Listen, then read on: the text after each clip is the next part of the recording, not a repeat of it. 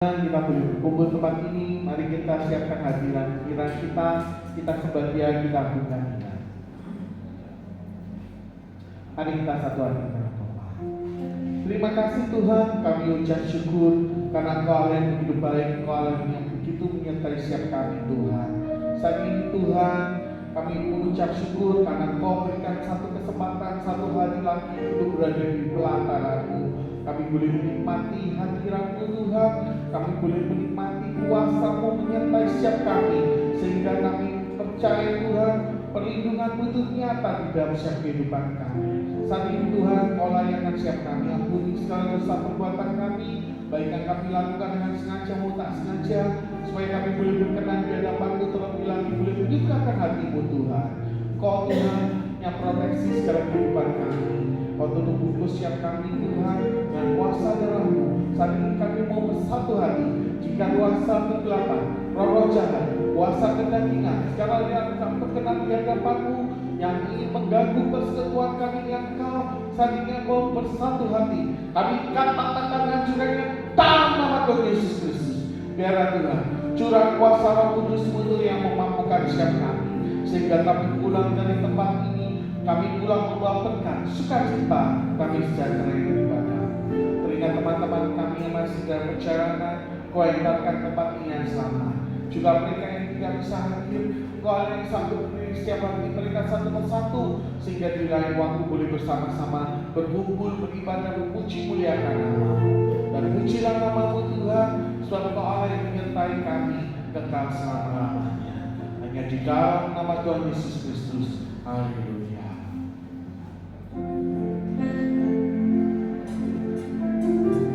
Suatu hari yang dahsyat Tuhan.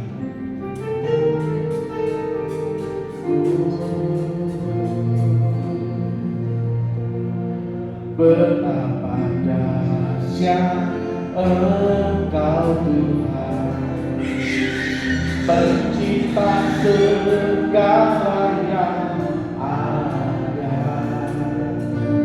tulus karena sampai selamanya. Hanya Engkau Tuhan, tak terselangi pikiranmu, tak terukur panjang setiamu, tulus sekarang sampai selamanya.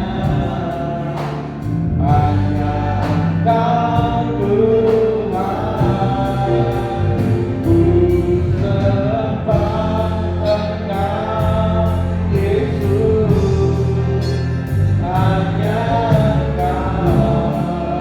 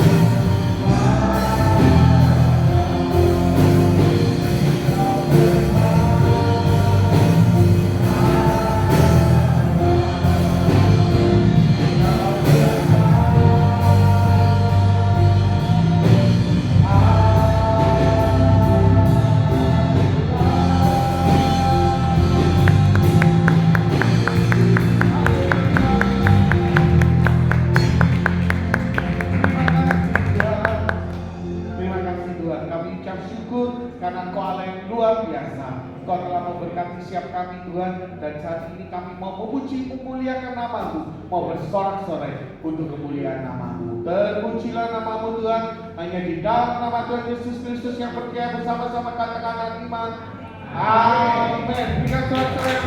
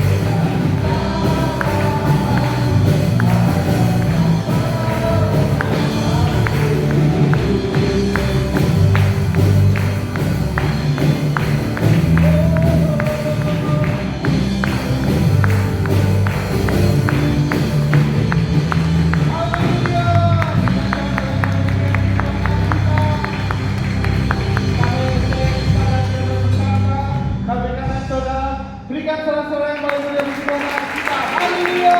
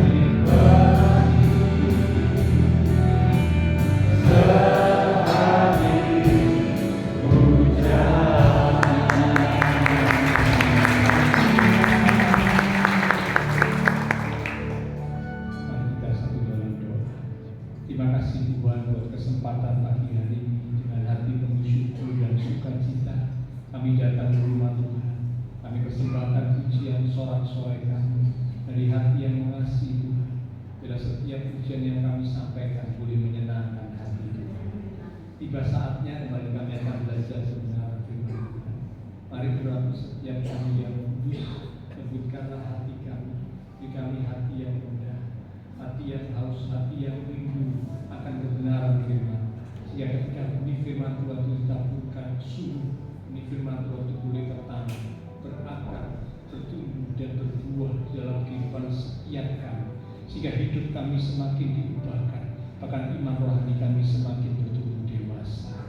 Roh Kudus, rapikanlah hamba-Mu yang terbatas, taruh pikiran dan perkataan Kristus pada diri hamba-Mu. Bila Tuhan yang berkata-kata oleh mulut bibir hamba-Mu, sampaikan pesan Tuhan bagi setiap kami saat ini. Kami umat-umat Tuhan siap untuk menerima. Di dalam nama Tuhan Yesus Kristus, semua yang siap diberkati dengan firman Tuhan, bersama kita berkata, amin. Shalom kembali bersyukur. Shalom. Tuhan. Mungkin yang di panggung bisa dikasih sedikit Pak, supaya ada feedback. Tentunya kita bersyukur untuk kesempatan yang Tuhan berikan kepada kita pada hari ini. Beberapa, bahkan juga ada banyak teman-teman seiman kita yang sedang bepergian, ya, karena memang ini dalam masa liburan yang cukup panjang. Ada beberapa hari libur, sehingga mereka menggunakan kesempatan ini untuk bisa pergi bersama dengan keluarga, ya. Tapi puji Tuhan, Bapak Ibu Saudara yang ada di Surabaya, sama-sama kita bisa hadir dalam ibadah pada hari ini. Dan kita percaya seberapa banyak kita yang hadir tetap sesuai dengan janji Tuhan. 2-3 orang bersekutu di dalam nama Tuhan Yesus, maka Tuhan ada di tengah-tengah kita. Ya, sebab itu kita hargai, kita hormati kehadiran Tuhan. Mari kita akan sama-sama belajar kebenaran firman Tuhan. Pada hari ini judul perenungan firman Tuhan adalah tentang kekuatan di balik kelemah lembutan. Sekali lagi, kekuatan di balik kelemah lembutan. Kita akan buka Alkitab, kita baca dari Injil Matius pada pasal yang ke-5 di ayat yang ke-5. Matius pada pasal yang ke-5 di ayat yang ke-5. Ini merupakan khotbah Tuhan Yesus di atas bukit. Dalam salah satu penyampaian kalimat yang Tuhan sampaikan, kita akan lihat di ayat yang ke-5 dari Matius pasal yang ke-5. Demikian firman Tuhan. Berbahagialah orang yang lemah lembut, karena mereka akan memiliki bumi. Amin. Terjemahan lain dikatakan diberkatilah. Ya, jadi berbahagialah itu terjemahan lain berkata diberkatilah. Berbahagialah, diberkatilah orang yang lemah lembut, karena mereka akan memiliki bumi. Nah, Bapak Ibu Saudara, hari-hari ini kita hidup di zaman yang keras, ya. Mendekati akhir zaman, Alkitab berkata bahwa manusia itu jadi semakin keras. Ciri-ciri manusia akhir zaman itu dikatakan garang. Sudah tahu garang, ya? Garang itu pemarah yang amat sangat. Kalau dalam bahasa Surabaya itu bilang tidak kenean, ya. Gampang emosi, gampang naik pitam, gampang meledak-ledak dan sebagainya. Itu zaman kita hidup hari ini adalah zaman atau situasi yang seperti itu. Ya. Orang dihargai bukan lagi karena hatinya, tetapi orang dihargai oleh karena seberapa kuat dia bisa bertahan, menyerang dan menang. Saya ulang ya. Dalam zaman yang keras, ya, manusia yang jadi semakin garang, pemarah amat sangat, gampang emosi, naik pitam, meledak-ledak. Nah, dalam zaman yang seperti ini, orang dihargai bukan lagi karena hatinya. Kalau zaman dulu, ya, orang dihargai karena wah, hatinya baik, ya, hatinya tulus. Tapi zaman sekarang tidak, mengalami pergeseran. Orang dihargai bukan lagi karena hatinya, tetapi orang dihargai karena seberapa kuat dia bisa bertahan, menyerang, dan menang. Ya, jadi penghargaan terhadap manusia sekarang diukur dari seberapa seorang manusia bisa bertahan, lalu kemudian menyerang dan menang. Siapa yang kuat bertahan, menyerang, dan menang, dia akan mendapat penghargaan lebih daripada orang yang mungkin cuma sekedar hatinya tulus, hatinya bersih, tapi dia nggak bisa menyerang. Dia mungkin hanya diam saja, kurang dianggap, kurang dihargai. Ini zaman sekarang juga. Ya, saya ngomong zaman sekarang, kalau zaman dulu beda. Jadi ini ada pergeseran nilai. Ya. Sehingga di zaman yang keras seperti ini, kalau ada orang yang diam, itu dianggap lemah. Kalau ada orang yang mengalah, dianggap kalah. Kalau ada orang yang tidak membalas, dianggap tidak punya harga diri. Itu zaman sekarang. Ya, jadi karena ada pergeseran nilai. Ya, dengan kerasnya hidup, zaman yang semakin keras, lalu karakter manusia juga mengalami pergeseran dengan ciri-ciri manusia akhir zaman yang tadi saya sebutkan, ya, garang, pemarah, amat sangat, meledak-ledak, gampang naik pitam, dan sebagainya. Maka dengan pergeseran nilai seperti ini, orang tidak lagi dihargai karena hatinya, tapi orang justru dihargai kalau dia kuat bisa bertahan, lalu kuat bisa menyerang, dan kuat untuk bisa menang. Itu yang dapat penghargaan di mata manusia.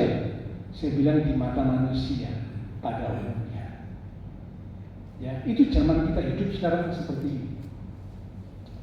Sedikit saja mudah tersinggung, sedikit saja langsung membalas.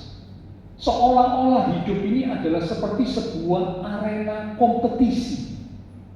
Ya, siapa yang paling benar, siapa yang paling kuat, siapa yang paling hebat.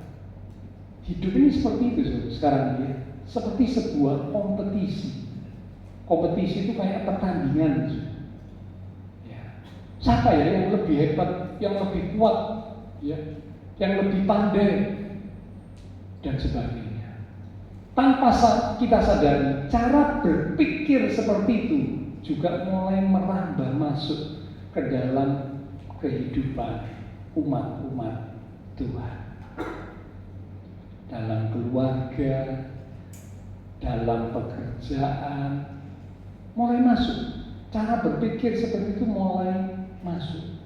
Tapi pagi hari ini saya mengajak Bapak Ibu Saudara bersama saya, ayo kita kembali, kita lihat apa kata Alkitab. Apakah itu kehendak Tuhan? Apakah itu yang Tuhan mau? Cara yang seperti itu? Memang situasi dunia seperti itu. Orang-orang akhir zaman seperti itu. Tapi apakah umat Tuhan boleh bersikap dan melakukan, berpikir dan bertindak seperti itu? Apakah boleh? Ayo kita akan kembali kepada firman Tuhan. Karena tentunya pedoman kita adalah firman Tuhan. Pedoman kita bukan pemikiran atau analisa manusia, tapi pedoman kita adalah firman Tuhan. Mengapa? Karena firman Tuhan itu berasal dari Tuhan. Tuhan yang mengucapkan, Tuhan yang menyampaikan, Tuhan yang berkata, Tuhan yang berfirman. Nah, ini tentu kebenaran yang paling mutlak, kebenaran yang paling benar, kebenaran sejati adalah firman Tuhan. Dan Bapak Ibu Saudara, saya diciptakan oleh Tuhan. Nah, kalau kita mau hidup benar, maka hidup kita harus sesuai dengan panduan dari Tuhan, petunjuk dari Tuhan. Di mana petunjuk Tuhan? Petunjuk Tuhan ada di firman Tuhan. Seperti kalau Bapak Ibu Saudara membeli sebuah produk, produk itu akan bisa kita gunakan dengan maksimal, dengan baik, bahkan umurnya juga awet. Sebelum kita gunakan, kita baca dulu buku petunjuknya, manualnya, buku manualnya. Ya, mungkin sekarang nggak ada buku petunjuk, karena buku petunjuk secara fisik sekarang nggak dibutuhkan, bisa langsung lihat, ya, barcode atau di klik itu lalu kuat di komputer kita atau di handphone kita. Oh, ini petunjuknya seperti begini-begini. Intinya ada buku petunjuk yang membimbing, menuntun kita bisa menggunakan peralatan yang kita punya secara baik, secara maksimal untuk waktu yang panjang. Buku petunjuk kita, buku manual kita adalah firman Tuhan. Ya, bukan kata, bukan pikiran manusia, tapi firman Tuhan. Nah, jadi karena itu sebagai umat Tuhan, mari kita kembali kepada firman Tuhan. Ya. Nah, apa kata Tuhan dalam firman-Nya? Apakah boleh umat Tuhan bersikap, bertindak seperti orang-orang di luar sana dalam zaman yang keras seperti ini? Orang berkompetisi, yang penting kuat, bertahan, menyerang, menang. Itu yang dihargai. Hati tidak perlu, tidak penting. Hatinya mau tulus, hatinya mau bersih, hatinya mau suci, tidak penting. Yang penting itu kuat, bertahan, menyerang, dan menang. Itu yang penting, itu yang dihargai. Nah, apakah umat Tuhan boleh berpikir dan melakukan seperti itu? Ayo kita kembali pada firman Tuhan, ya. Nah, di ayat awal tadi dikatakan ucapan Tuhan Yesus sendiri, bukan ucapan dari para murid, ya, bukan. Tapi Tuhan Yesus sendiri yang berkhotbah. Tuhan berkata, berbahagialah atau diberkatilah orang yang lemah lembut. Ternyata yang dikehendaki oleh Tuhan itu adalah orang yang lemah lembut. Bukan orang yang bertemperamen atau berkarakter seperti yang tadi di zaman yang keras. Bukan. Tapi Tuhan bilang yang diberkati, yang berbahagia adalah orang yang lemah lembut. Ternyata apa yang Tuhan sampaikan bertolak belakang dengan cara dunia berpikir, dengan cara orang akhir zaman berpikir. Bertolak belakang. Tuhan Yesus tidak berkata berbahagialah orang yang paling kuat. Tidak ada. Kalau Bapak Ibu cari di Alkitab tidak ada, di khotbah Tuhan Yesus di bukit tidak ada berbahagialah orang yang kuat dan bisa menyerang. Tidak ada. Berbahagialah orang yang paling berani membalas. Tidak ada. Saudara boleh buka Alkitab. Tidak ada. Ucapan Tuhan Yesus berkata berbahagialah orang yang paling kuat dan bisa menyerang. Tidak ada. Berbahagialah orang yang paling berani dan bisa membalas. Tidak ada. Tapi yang Tuhan ucapkan berbahagialah, diberkatilah orang yang lemah lembut. Nah, sekarang kita akan belajar. Ada 3 hal yang kita akan belajar tentang lemah lembut atau kelemah lembutan. Ya, sehingga akhirnya kita bisa tahu mengapa tadi judul renungan firman Tuhan kekuatan di balik kelemah lembutan. Ternyata di balik kelemah lembutan itu ada kekuatan yang luar biasa. Nah, kita bisa paham itu kalau kita akan belajar bersama melalui apa yang Tuhan sampaikan. Yang pertama, lemah lembut bukan berarti lemah. Lemah lembut bukan berarti lemah. Banyak orang salah mengerti tentang kelemah lembutan. Mereka berpikir kalau orang yang lemah lembut itu berarti lemah. Karena lemah lembut itu tidak punya keberanian. Lemah lembut itu mudah diinjak-injak. Lemah lembut tidak punya pendirian. Banyak orang berpikir seperti itu. Jadi yang lemah lembut itu dikatakan tidak berani. Yang lemah lembut itu dikatakan mudah diinjak-injak.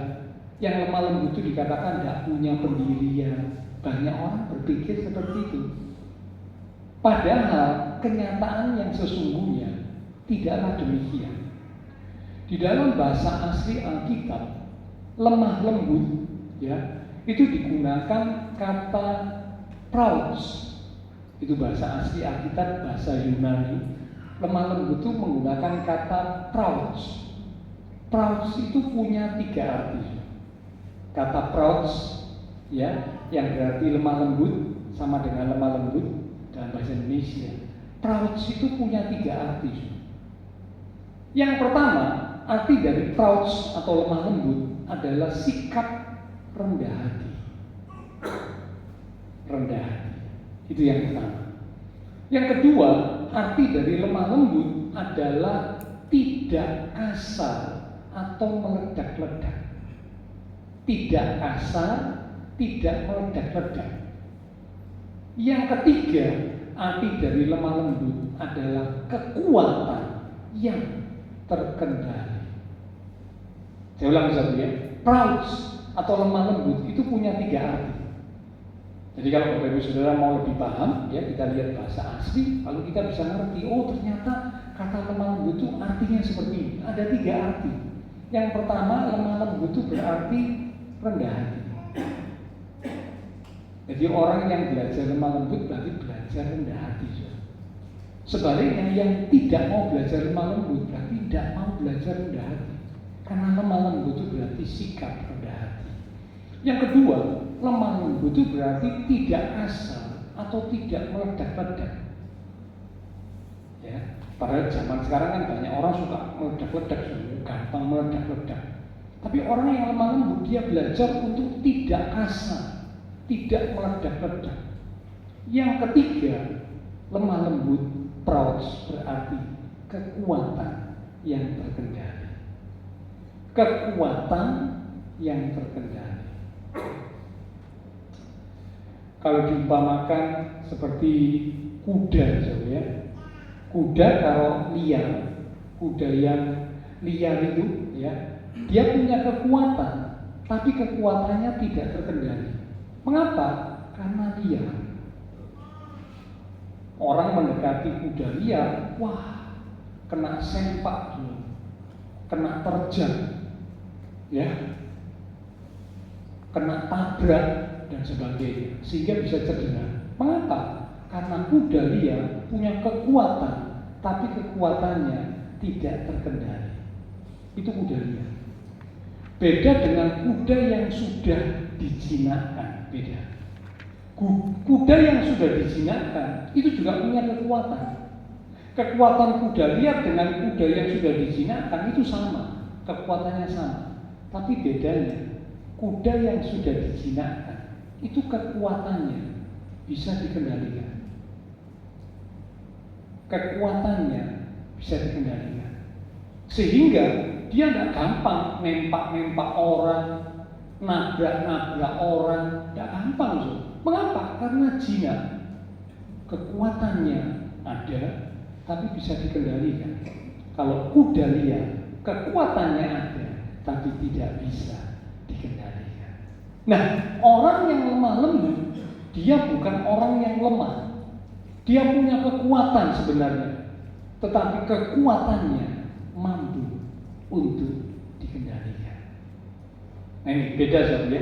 Sekarang pemikiran kita mulai terbuka. Jadi ternyata kita salah sangka. Banyak orang berpikir kalau lemah lembut itu berarti orang yang lemah, orang yang tidak mampu, orang yang kalah dan sebagainya. Ternyata tidak. Orang yang lemah lembut tidak demikian. Mengapa? Karena arti dari lemah lembut dikatakan, ya, yang pertama adalah rendah hati. Lalu kemudian arti dari lemah lembut yang kedua dikatakan adalah orang itu dia bisa punya kekuatan yang dikendalikan, tidak menggunakan kekuatannya secara sembarangan. Nah, jadi karena itu Bapak Ibu Saudara, mari kita akan sama-sama belajar jadi umat Tuhan yang dikatakan oleh Tuhan, diberkatilah, berbahagialah orang yang lemah lembut, punya sikap rendah hati, tidak meledak-ledak, bahkan punya kekuatan, tetapi kekuatannya bisa dikendalikan. Sebagai contoh, kalau Bapak Ibu mengingat di dalam Alkitab, ada seorang tokoh Alkitab yang diakui sebagai orang yang sangat lembut hatinya. Siapakah dia? Dia adalah Musa. Kita buka ya, Bilangan pasal yang ke-12 di ayat yang ketiga. Bilangan pada pasal yang ke-12 di ayat yang ketiga. Adapun Musa ialah seorang yang sangat lembut hatinya. Jadi lembut hatinya ini bicara tentang kelemah lembutan. Lebih dari setiap manusia yang ada di atas muka bumi. Perubahan besar terjadi dalam hidup Musa. Setelah Musa ketemu Tuhan, Musa berulang kali dengar firman Tuhan, hidupnya diubah. Dari seorang yang keras, dari seorang yang garang, diubah, diakui oleh firman Tuhan sebagai seorang yang sangat lembut hatinya, bahkan lebih dari setiap manusia yang ada di atas muka bumi. Perubahan terjadi, transformasi hati dan hidup Musa terjadi karena Tuhan dan firman-Nya bekerja dalam hidup Musa. Nah, kalau Bapak baca ayat-ayat berikutnya diceritakan satu ketika kakak dari Musa. Musa punya dua kakak perempuan dan kakak laki-laki. Kakak perempuannya namanya Miriam, kakak laki-lakinya namanya Harun. Kakak saudara kandung. Suatu ketika berontak, marah, mengata-ngatai Musa. Ya, karena apa? Yang dipilih oleh Tuhan untuk jadi pemimpin adalah Musa, bukan Miriam, bukan Harun. Nah, satu ketika Miriam dan Harun nggak terima ya, protes. Apakah Tuhan berfirman cuma melalui Musa? Tentu tidak. Tuhan juga bisa berfirman melalui kami, karena kami ini juga adalah kakak-kakak dari Musa, orang yang lebih tua dari Musa. Tuhan berfirman juga bisa melalui kami.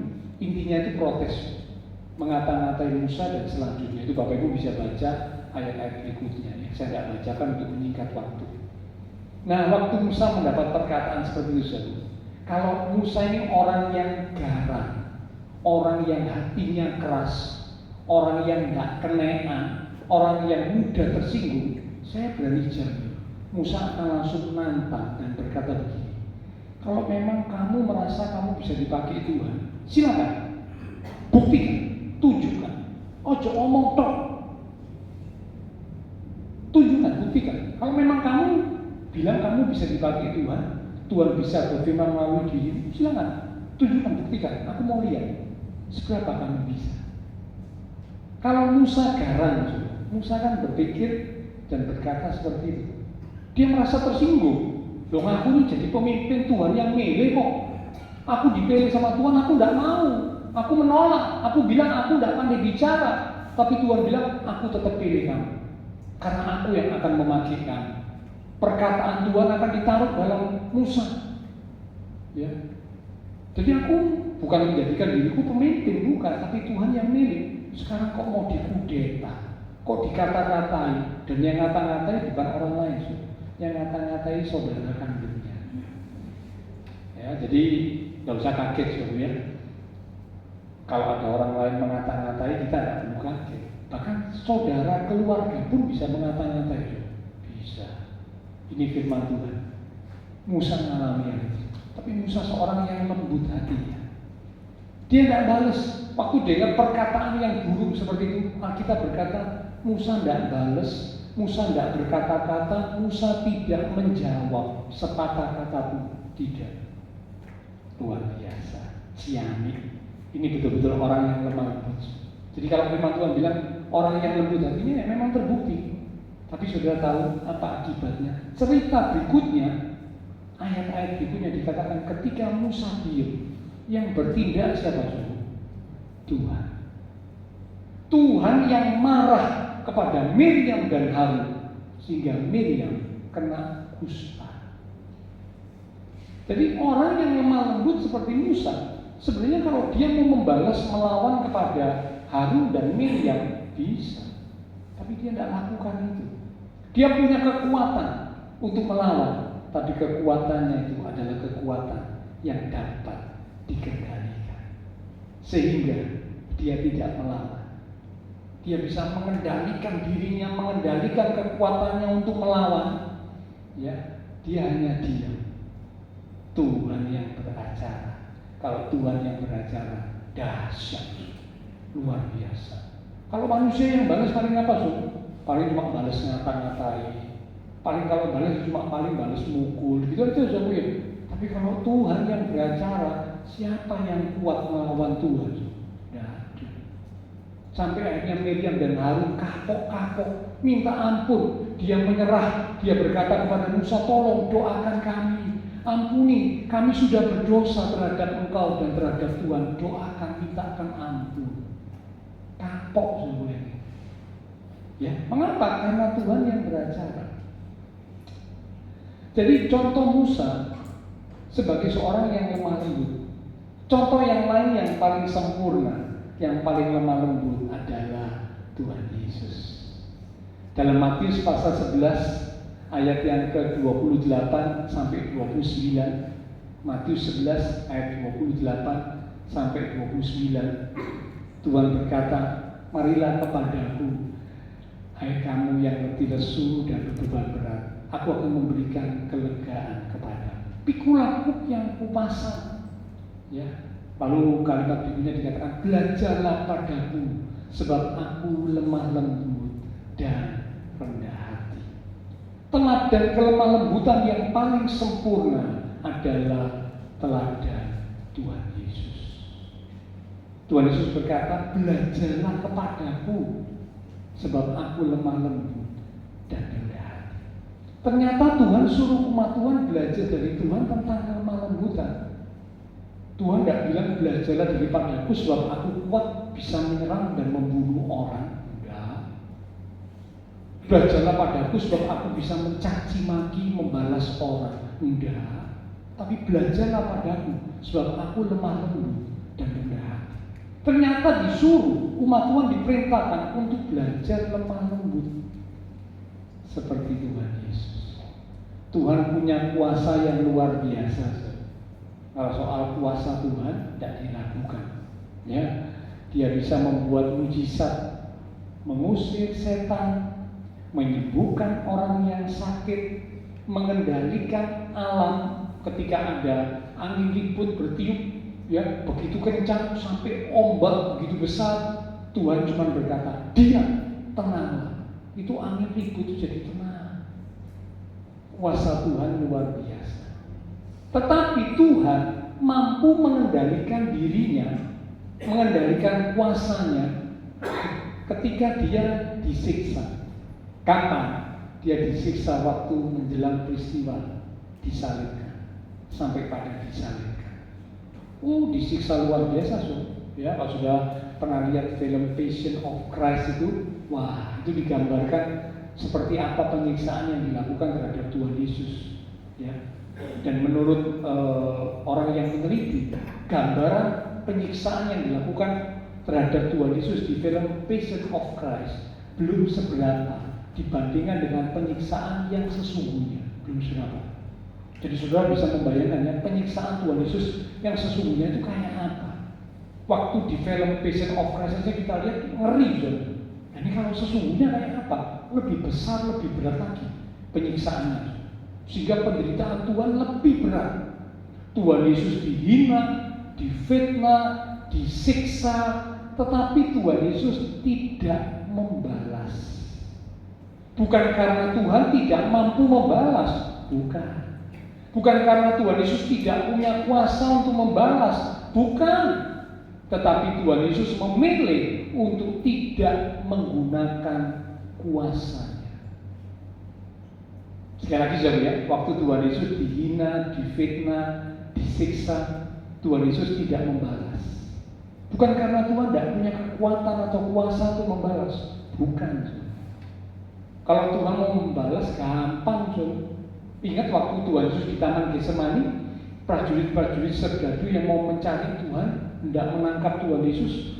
Ya, Tuhan cuma bilang, akulah Dia, Yesus orang Nazaret yang kamu cari. Tuhan cuma bilang begitu.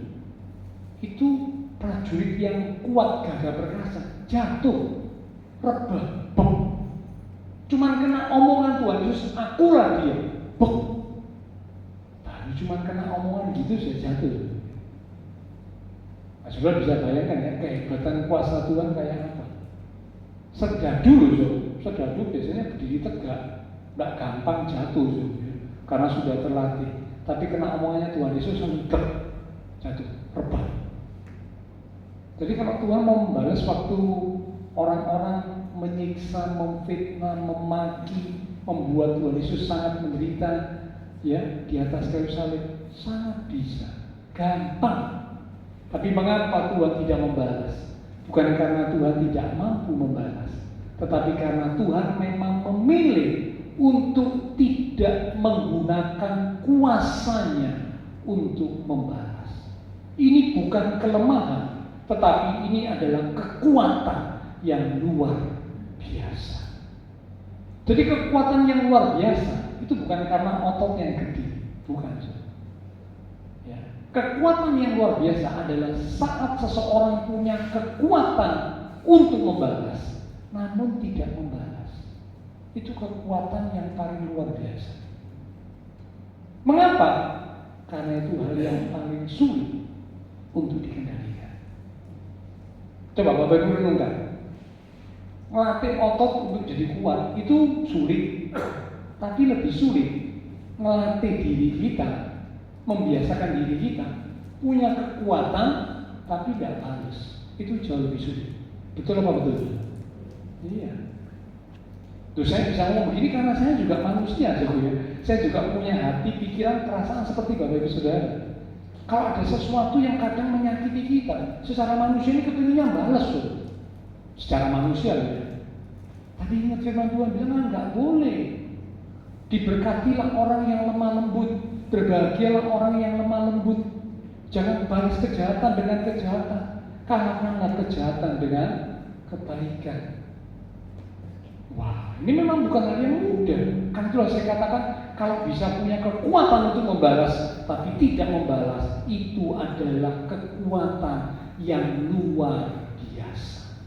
Berarti orang yang lemah lembut bukanlah orang yang lemah. Jadi Bapak Ibu Saudara sekarang ubah ya cara berpikir kita, sudut pandang kita yang seringkali menganggap orang yang lemah lembut itu orang yang lemah. Saya mau katakan, dari sudut pandang Alkitab, ternyata tidak. Orang yang lemah lembut itu bukan orang yang lemah. Orang yang lemah lembut justru adalah orang yang paling kuat. Itu orang yang lemah lembut. Ya, orang yang paling kuat seperti Tuhan Yesus, yang bisa membalas, yang bisa menghancurkan musuhnya saat di kayu salib. Namun Tuhan memilih untuk tidak melakukannya. Mengapa? Karena ada tugas dari Bapa Surgawi yang harus dipenuhi oleh Tuhan Yesus. Mati di kayu salib demi menyelamatkan manusia berdosa. Ya, jadi lemah lembut bukanlah kelemahan, tetapi lemah lembut adalah sebuah kekuatan. Ini yang pertama. Ya, jadi kita sudah tahu apa arti dari lemah lembut. Kita juga sudah tahu contoh tokoh yang lemah lembut.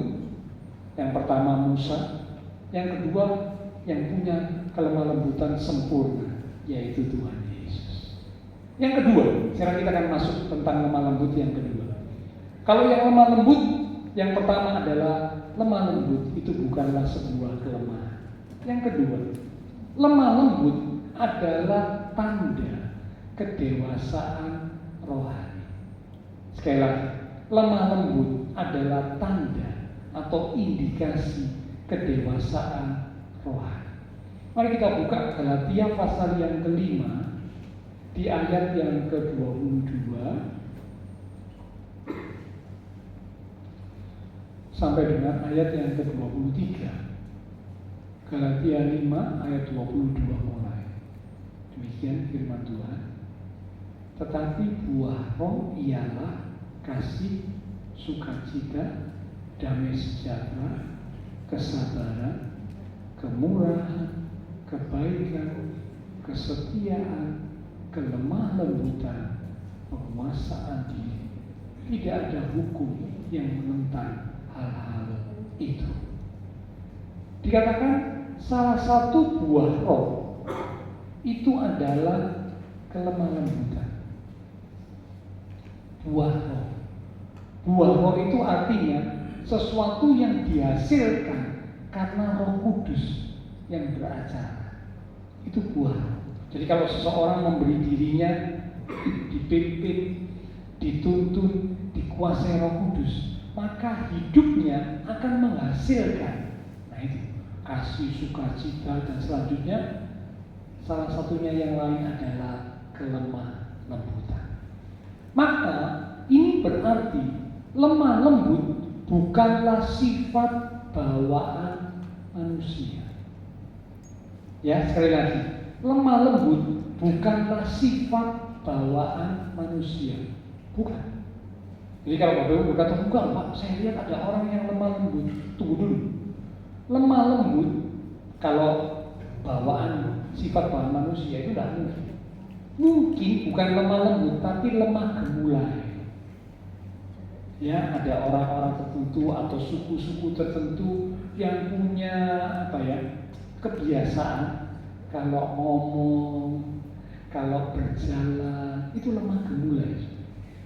Lemah gemulai dan lemah lembut itu beda. Lemah gemulai itu seperti sesuatu yang nampak, ya, ngomongannya mungkin sangat halus, sikapnya sampai seperti kayak gimana gitu ya. Itu mungkin suku tertentu, orang-orang tertentu seperti itu. Saya pernah dengar cerita ya, katanya kalau orang yang lemah gemulai ya, kakinya diinjek dengan sepatu yang tebal, dia cuma ngomongnya begini so, mas, siki kulo tasik kanggo. Tahu tasik kanggo tahu? Tasik kanggo itu maksudnya kakiku masih dipakai mas. Siki kulo tasik kanggo mas. Padahal sudah kesakitan so, kakinya sudah diinjek, sudah terus so. Tapi dia ngomongnya lembut, lemah gemulai so. Dia ngomong, mas, siki kulo tasik kanggo. Oh iya sorry ya. Tapi kalau orang tertentu ya, atau suku tertentu waktu kakinya diinjek dia ngomongnya beda. Lu punya mata di mana? Waduh. Ya, atau apalah yang lain so, ya, kata-kata tajam mungkin ya. Dengan kata-kata keras, kata-kata meledak-ledak langsung mendatar. Nah, bukan itu, ya, bukan itu. Jadi lemah lembut yang dimaksud di dalam Alkitab yang Tuhan katakan berbahagialah orang yang lemah lembut, ini lebih mengarah kepada hati, bukan yang nampak ini, tapi dari hati nanti akan nampak, ya. Tapi bukan cuma yang nampak saja, bukan, tapi dimulai dari hati yang lemah lembut, lalu akan nampak di sikap, di perbuatan, di kata-kata. Tapi bukan cuma kata-katanya yang lemah lembut, bukan. Kata-katanya yang lemah gemulai, bukan. Tapi hatinya yang penting. Tapi nanti setelah hatinya lemah lembut, baru nampak di sikap, nampak di kata-kata, nampak di perbuatan. Ya, oke, nah kita kembali. Lemah lembut bukanlah sifat bawaan manusia, melainkan lemah lembut adalah hasil dari hidup yang dipimpin dan dikuasai oleh Roh Kudus. Sekali lagi ya, lemah lembut itu bukan sifat bawaan manusia, bukan. Tapi lemah lembut adalah hasil dari hidup yang dipimpin dan dikuasai oleh Roh Kudus. Sehingga seperti Galatia pasal 5 tadi berkata, buah roh, maksudnya buah Roh Kudus. Ketika seseorang mengizinkan dirinya dipimpin, dikuasai oleh Roh Kudus, maka dia akan menghasilkan buah roh. Salah satu buah roh adalah kelemah lembutan. Roh Kudus bekerja dalam hidup seseorang. Roh Kudus mengubah hati seseorang. Roh Kudus mengubah respon seseorang, sehingga membuat orang itu semakin hari semakin bertambah dewasa secara rohani. Arti kata dewasa itu tidak diukur dari waktu, tidak bisa diukur dari waktu. Contoh, dewasa secara mental, pemikiran, karakter, itu nggak bisa diukur dari umur. Ada orang yang umurnya masih 20-an, tapi mental karakternya sudah dewasa, matang. Ada orang yang umurnya sudah 50-60 tahun, tapi mental karakternya belum dewasa. Ada. Jadi kedewasaan tidak diukur dari umur. Kalau kedewasaan diukur dari umur, wah, berarti kalau umurnya sudah semakin tua pasti dewasa. Belum tentu, belum tentu. Karena kedewasaan tidak ditentukan oleh waktu. Demikian juga dewasa rohani. Kedewasaan rohani tidak ditentukan oleh waktu. Rasul Paulus berkata dalam 1 Korintus, Paulus menegur kepada jemaat Korintus, dari sudut lamanya waktu, kamu ini seharusnya sudah jadi guru, pengajar. Tapi ternyata kamu hanya bisa masih minum susu. Bukan makanan keras yang bisa kamu terima, tapi hanya susu. Ini bukti bahwa kedewasaan rohani tidak diukur dari lamanya waktu. Mengiring Tuhan, mengenal Tuhan, melayani Tuhan. Lamanya waktu itu tidak bisa menentukan apakah seseorang dewasa rohani atau tidak. Tapi dewasa rohani akan nampak, ya, ketika Roh Kudus beracara. Orang tersebut membuka hatinya, membuka hidupnya, membuka dirinya bagi Roh Kudus beracara. Roh Kudus beracara dalam hidup orang itu, memimpin hidup orang itu, mengubah hidup orang itu, sehingga akhirnya mulai muncul, mulai nampak buah Roh Kudus. Salah satunya adalah kelemah lembutan. Ya, jadi yang kedua, lemah lembut adalah tanda kedewasaan rohani. Ya, jadi karena itu ayo sama-sama kita belajar. Saya sampaikan ini, saya sendiri belum, jujur saya masih jauh dari lemah lembut. Seperti yang Tuhan Yesus mau, seperti yang Tuhan Yesus sudah lakukan, masih jauh. Saya juga sedang belajar. Kenapa? Ini adalah kekuatan yang luar biasa. Orang yang lemah lembut seperti contoh dari Tuhan Yesus, itu punya kekuatan yang luar biasa. Dia punya kuasa untuk melawan, dia punya kuasa untuk membalas. Tapi dia mampu mengendalikan kekuatan dan kuasanya. Dia memilih untuk tidak membalas.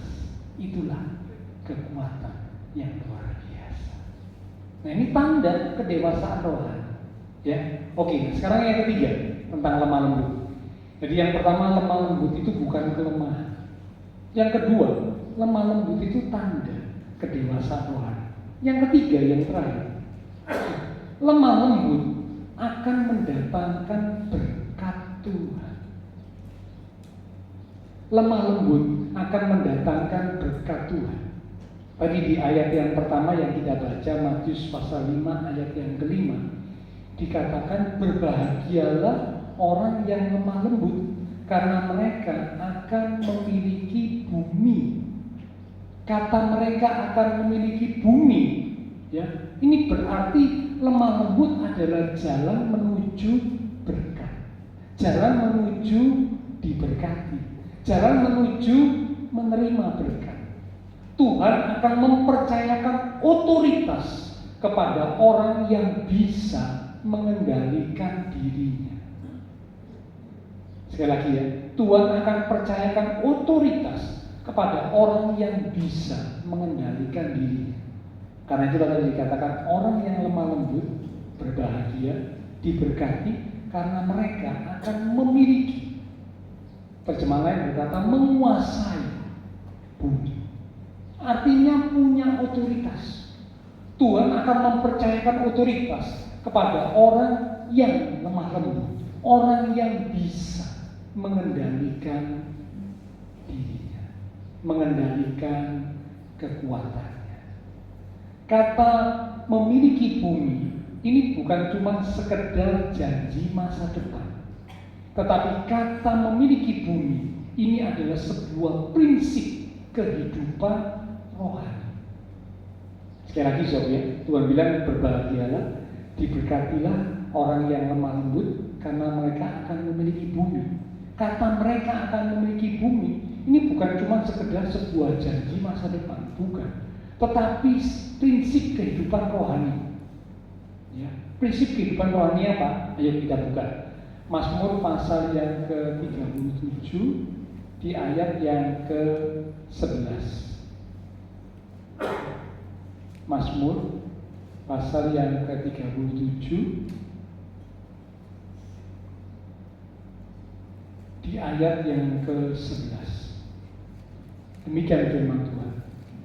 Tetapi orang-orang yang rendah hati terjemahan lain itu dikatakan lemah lembut.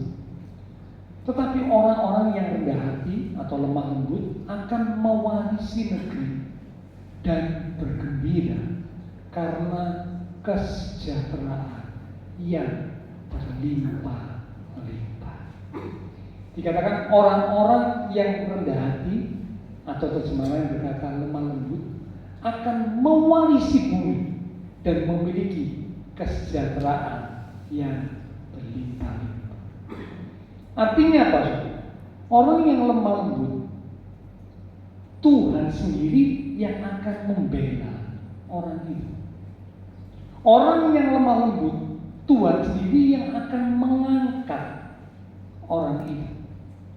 Dan orang yang lemah lembut, Tuhan sendiri yang akan memberi bagian kepada orang itu. Saya ulang saja. Jadi orang yang lemah lembut dikatakan akan mewarisi negeri, akan mendapatkan kesejahteraan yang berlimpah-limpah. Ini berarti orang yang lemah lembut, Tuhan sendiri yang akan membela orang itu, mengangkat orang itu, dan memberi bagian kepada orang itu. Wow, ini berkat yang luar biasa, saudara. Ya, satu ayat berkata kalau Tuhan yang bela, kalau Tuhan yang ada di pihak kita, siapakah lawan kita? Tidak ada. Ya, bukan berarti kita jadi orang Kristen nantang-nantang ya kalau ketemu orang yang duel satu lawan satu, bukan. Ya karena mentang-mentang kita terima firman Tuhan, Tuhan di pihak saya, siapa lawan saya? Tidak ada. Lalu merasa diri hebat, ketemu orang, setiap ketemu orang nantang untuk duel, nantang untuk bertengkar. Wah, itu bukan itu. Tapi maksud dari ayat itu adalah Tuhan yang dahsyat kalau bersama kita, maka perlindungan penyertaan Tuhan yang luar biasa itu membuat kita bisa menghadapi segala hal. Itu maksudnya. Dan kita pasti bisa jadi pemenang karena Tuhan yang ada beserta kita. Ya seperti ini tadi, Tuhan yang membela. Orang yang lemah lembut, Tuhan yang bela. Nah tadi contohnya Musa. Musa tidak menjawab, Musa tidak balas, Musa tidak mengata-ngatai atau menjelek-jelekkan kakak-kakaknya. Tidak, tapi Tuhan yang membela, Tuhan yang beracara, Tuhan yang mengangkat Musa, dan Tuhan yang memberi bagian yang lebih lagi kepada Musa. Mengapa? Karena firman Tuhan berkata, diberkatilah orang yang lemah lembut, karena mereka akan memiliki bumi, mewarisi bumi, menguasai bumi. Tuhan percayakan otoritas kepada orang yang lemah lembut. Ya, mari Bapak Saudara sama-sama kita belajar. Sekali lagi, saya juga masih jauh dari sempurna. Saya juga masih belum apa-apa, ya. Teladan kelemah lembutan yang paling sempurna adalah Tuhan Yesus. Saya mengajak Bapak Ibu Saudara, ayo bersama saya kita belajar tentang lemah lembut. Karena lemah lembut bukanlah kelemahan. Lemah lembut adalah tanda kedewasaan rohani, dan lemah lembut akan mendatangkan berkat Tuhan dalam hidup kita. Amin. Kita akan responi firman Tuhan yang sudah kita terima. Silakan pelan-pelan. Kita akan responi firman Tuhan lewat satu pujian kita katakan.